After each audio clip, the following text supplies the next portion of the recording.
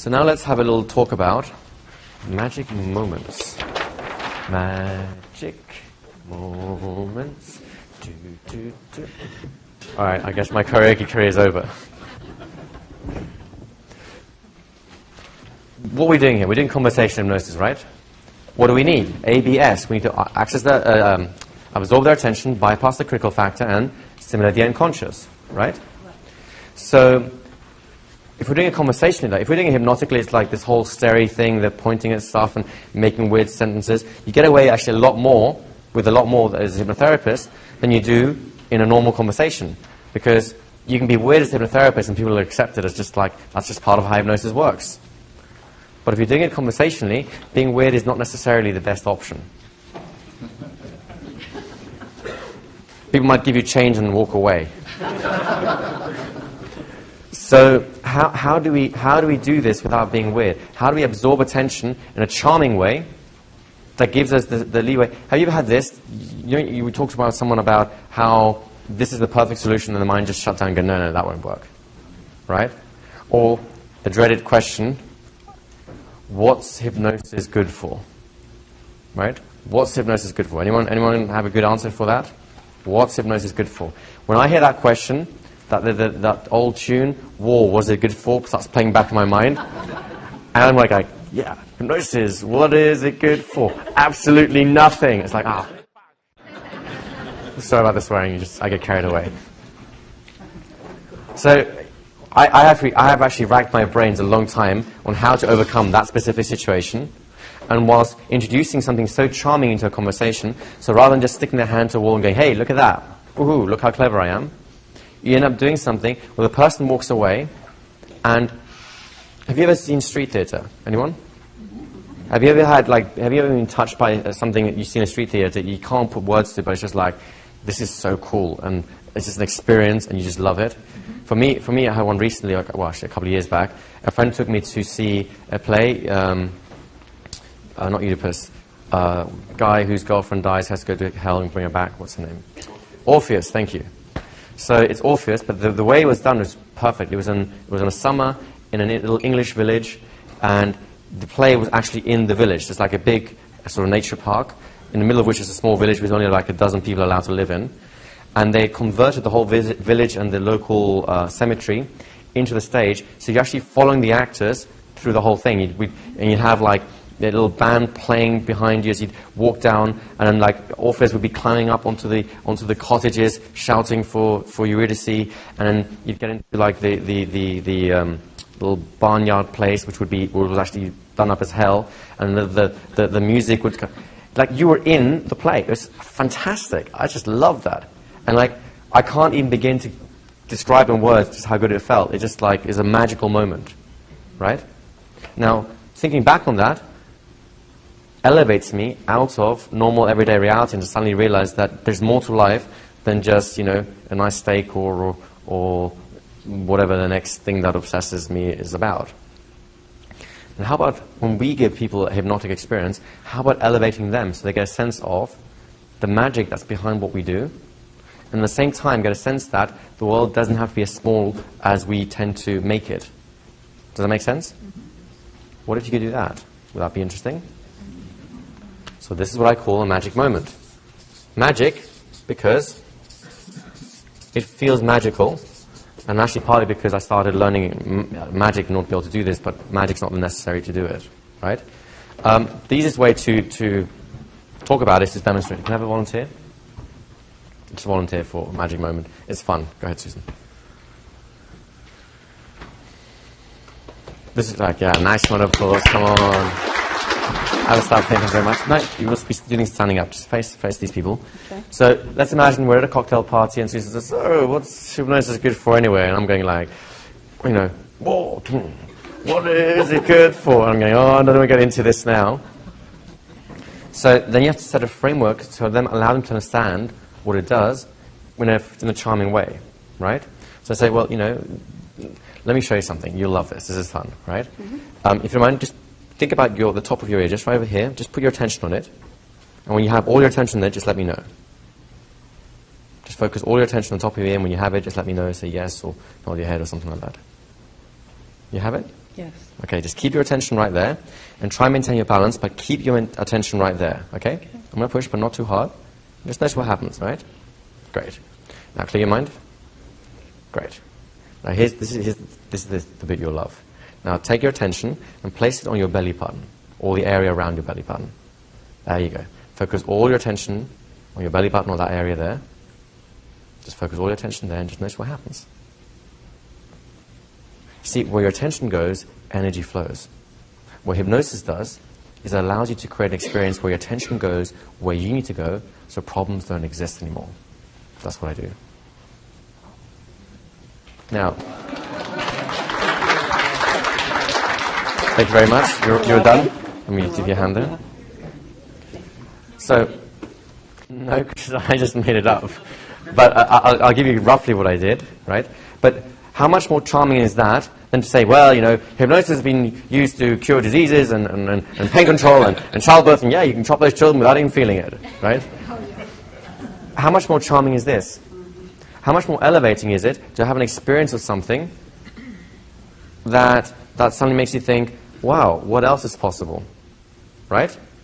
These are magic moments. This specific magic moment is very simple. It uses the idea where attention goes, energy flows, something you guys all know.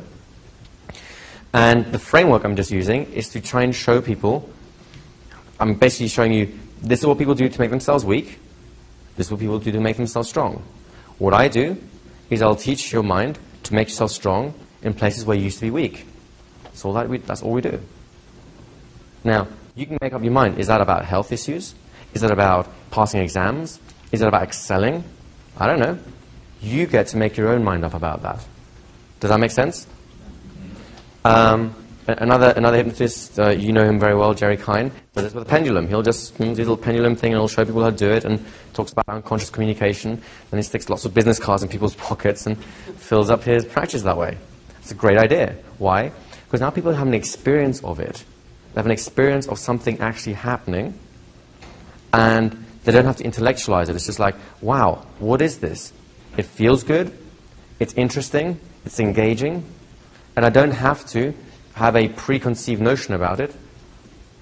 I get to be charmed. I get to have a little bit of that street theater feel, and that gets attached to whatever you're doing. And it doesn't have to be hypnosis. It can be a sales meeting. It can be trying to push an idea. You'll like this because I've been practicing. Here's another magic moment.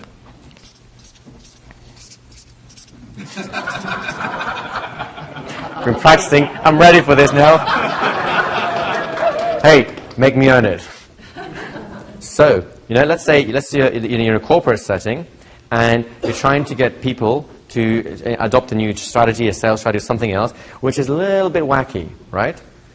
So you come up with them little 9 dots and say, look guys, we're bouncing around here and we can keep doing that. It's just we're going to be wasting a lot of resources and a lot of time. How about we think a little bit outside the box and start doing...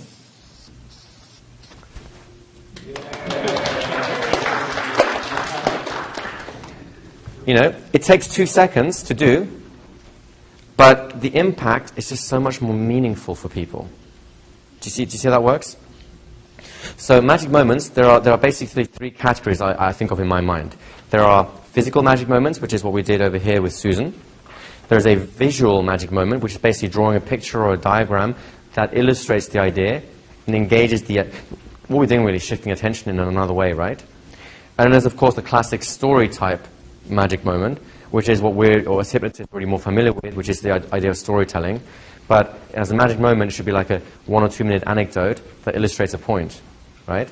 Can you give me an example of a storytelling magic moment that you've heard in the last 10 minutes? Play. Say again? The play. Going to the play. Didn't you understand the concept of magic moments so much more fully once I talked about that? And I just said, oh yeah, it's a moment that really elevates people, makes people, see life differently. But when you're actually involved in the story of the play, suddenly, when I talk about that, it makes more sense, right? So there's 3 basic types of magic moments.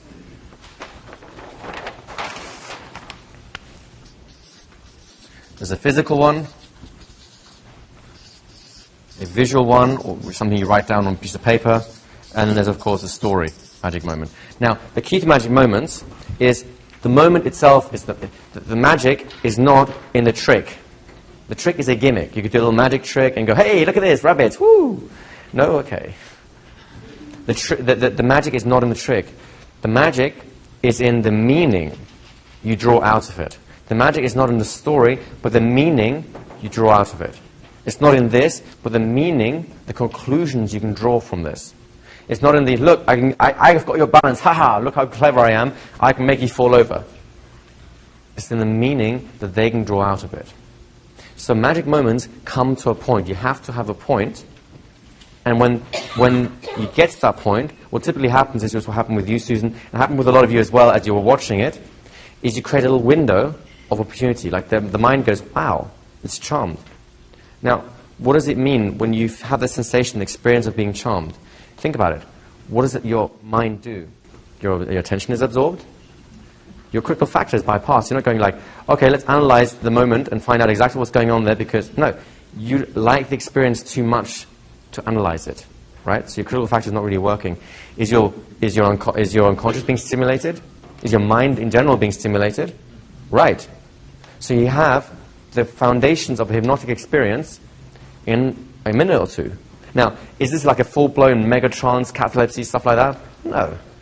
It's a window of opportunity. But what it does is it sets the scene that allows the hypnosis to happen. It solves one of the problems that you guys have been asking a little bit on the first few days. What if you get into sort of conversation hypnosis and you're faced with a motor mouth? Listen to pet. Right? They have the attention. They're running the conversation. You need to pause that. You need to put that operation on pause for them to go like, wow, or tell me more. Right? You're switching it around, and magic moments do that. You say, let me just show you something quickly. It's the easiest way of doing it. You do a little moment like this, and whilst in that moment of wonder and going like, I don't know what that is, but I like it, that's when you start hand on shoulder, and I want you to realize that that problem you are facing can simply disappear as easily as your attention shifts from your ear to your belly button. And just by shifting your attention, think how many more opportunities you have, given that situation you were talking about, than all the things you used to have. Because the more you think about where your attention can be, what opens up inside, it's just a wonderful thing, isn't it? That has now just been a complete piece of conversation hypnosis. It's called the hypnotic blitz. You open up by creating a magic moment. Then you move into grabbing the attention, eye contact, random touches, these sort of things grab attention in a different level again. So you're adding pressure, which is what we talked about. You've changed. Someone else was there before. You're adding pressure with the eye contact, with the random touching thing. So the pressure builds up, and then your attention is being shifted through the actual suggestions you're giving. So you're doing the same thing we talked about before, but in a very conversational setting. Do you kind of see how that works? So we have one visual magic moment. You've already seen one physical magic moment. You've heard a couple of story-type magic moments. What I want you guys to do is just spend 10 minutes, and then we'll actually do an exercise, and we'll go straight into lunch with the exercise. And we'll meet back here at, say, it's now 1 o'clock, 2 o'clock. Say we meet back here at 25 past 2. That way it's only like a 5-minute exercise, and you can go straight to lunch. And you can decide if you do it during lunch, before lunch, after lunch. It's up to you. Is that okay with you guys? So here's the exercise. It's really simple. You've got one magic moment here. You've seen another one here. Right? It's simple, just attention on the ear. You want to have them standing roughly like this.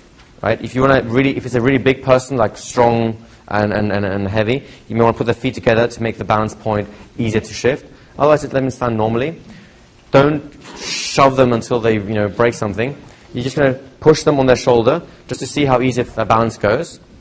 Get their attention on the ear, keep their attention on the ear, and nudge them a bit until they stumble a little bit.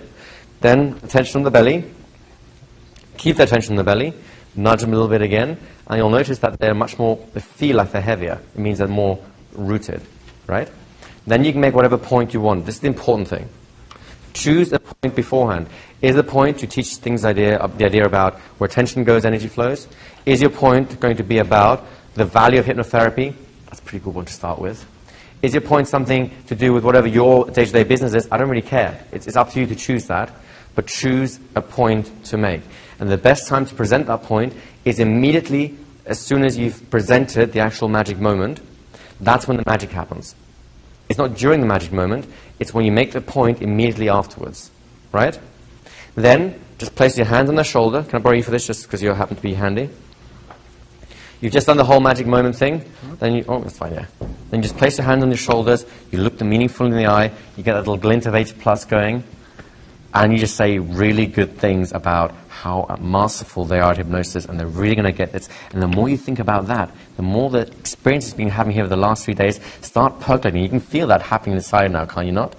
Just get nuts on this. Right?